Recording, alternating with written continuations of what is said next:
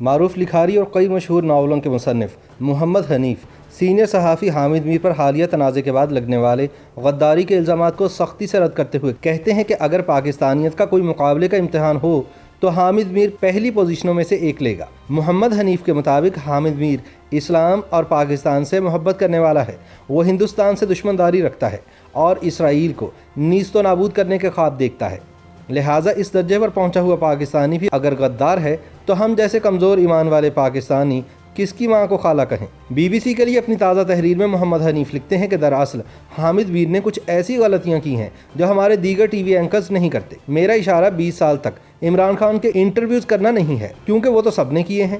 حامد میر کی غلطی یہ ہے کہ اسلام آباد اور پنڈی میں بیٹھے ہمارے حکمران جن پاکستانیوں کو مقبوضہ علاقوں کے شہریوں کی طرح دیکھتے ہیں، اس نے ان کی آواز عوام تک پہنچائی ہے، خصوصاً بلوچستان کے عوام کی، اور یہی ان کی وہ ناقابل تلافی غلطی ہے جس کے نتیجے میں ان کو غدار قرار دیا جا رہا ہے۔ محمد حنیف کے مطابق پاکستانی نیوز چینلز پر نظر آنے والے چہروں میں سے سب سے زیادہ پہچانا جانے والا چہرہ حامد میر کا ہے، بلکہ میرا تو یہ خیال ہے کہ پاکستان کے کسی دور دراز علاقے میں اگر لوگوں کو حامد میر اور سپہ سالار جنرل باجوہ کی تصویر دکھائی جائے تو شاید زیادہ لوگ حامد میر کو پہچان لیں گے۔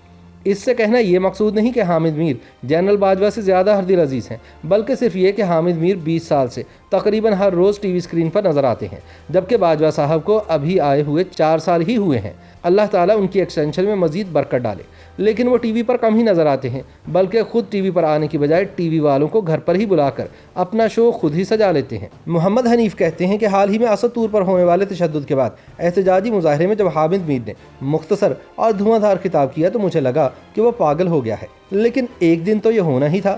آخر حامد میر پاکستان کا سب سے مشہور اینکر تھا، لیکن پھر میں نے سنجیدگی سے ایک فہرست بنانا شروع کی کہ آخر یہ پاگل حامد میر چاہتا کیا ہے؟ کیا وہ مزید دولت چاہتا ہے، مزید شہرت چاہتا ہے، عزت چاہتا ہے یا بے عزتی؟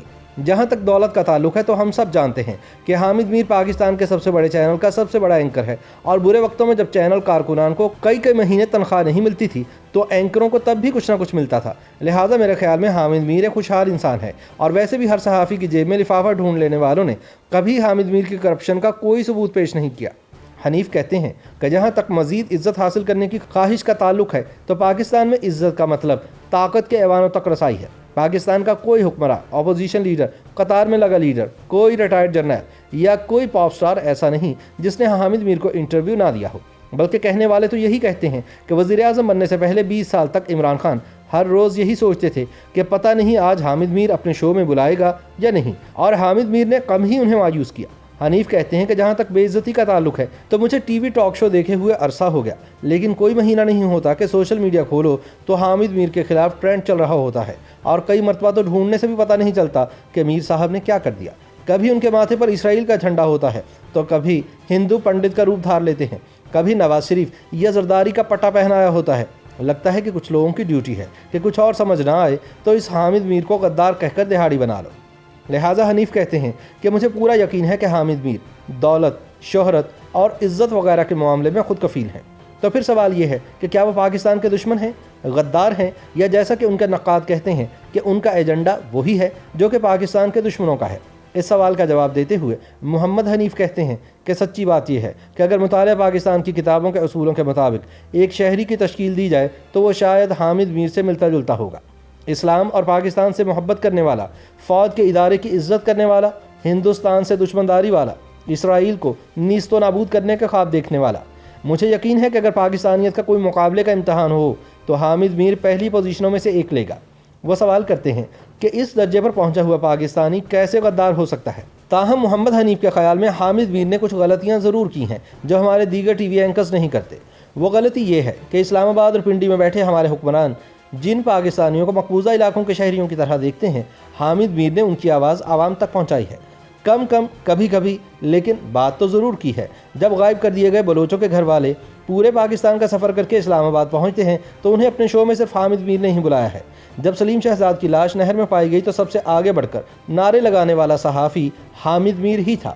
اس کے علاوہ پاکستان کے قبائلی علاقوں میں، بلوچستان کے دور دراز اضلاع میں، سندھ میں جب بھی صحافی قتل ہوا، اغوا ہوا، حامد میر نے آواز اٹھائی۔ جب اس نے خود کراچی میں نامعلوم حملہ آوروں سے 6 گولیاں کھائیں تو شاید سمجھ آ جانی چاہیے تھی کہ حملہ آور کی طرف انگلی اٹھاؤ گے تو وہ ایک شخص ہی نہیں پورے ادارے پر چڑھ دوڑے گا۔ اور اس کے بعد ہر صحافی کو ہر روز اپنے لیے حب الوطنی کا سرٹیفکیٹ لینا پڑے گا۔ محمد حنیف کے مطابق جب ریاستی ظلم قبائلی علاقوں سندھ کے چھوٹے شہروں کے چھوٹے صحافیوں سے ہوتا ہوا اسلام آباد کے مرکز تک پہنچا تو کسی کو تو پاگل ہو کر خفیہ حملہ آوروں کے خلاف بولنا ہی تھا۔ تو حامد میر بول ہی پڑے اور بولتے بولتے سب گھرستی والے لوگوں کے دلوں میں خدا کا خوف بھی ڈالتے گئے کہ اگر ہمارے سینئر فوجی جرنیل اپنے گھر میں محفوظ نہیں ہیں تو پھر ہم کس بات کی مولی ہیں۔ لیکن حنیف ایک چھوٹا سا گلہ کرتے ہوئے کہتے ہیں کہ امیر صاحب کو ایک سابق فوجی حکمران کو چوہا نہیں کہنا چاہیے تھا، کیونکہ یہ ہمارے بزرگوں کی تعلیم نہیں ہے۔ ویسے بھی پاکستان کا چوہوں نے کیا بگاڑا ہے؟ YouTube پر گوگلی نیوز دیکھنے کے لیے youtube.com کی سرچ بار میں googly news T V type کریں۔ گوگلی نیوز کے پیج پر سرخ رنگ کے سبسکرپشن والے بٹن پر کلک کرنا نہ بھولیے۔ YouTube پیج پر اپلوڈ ہونے والی ویڈیوز سے باخبر رہنے کے لیے بیل آئیکن پر کلک کیجیے۔ آپ کو ہر نئی ویڈیو کے بارے میں نوٹیفیکیشن موصول ہو جائے گا۔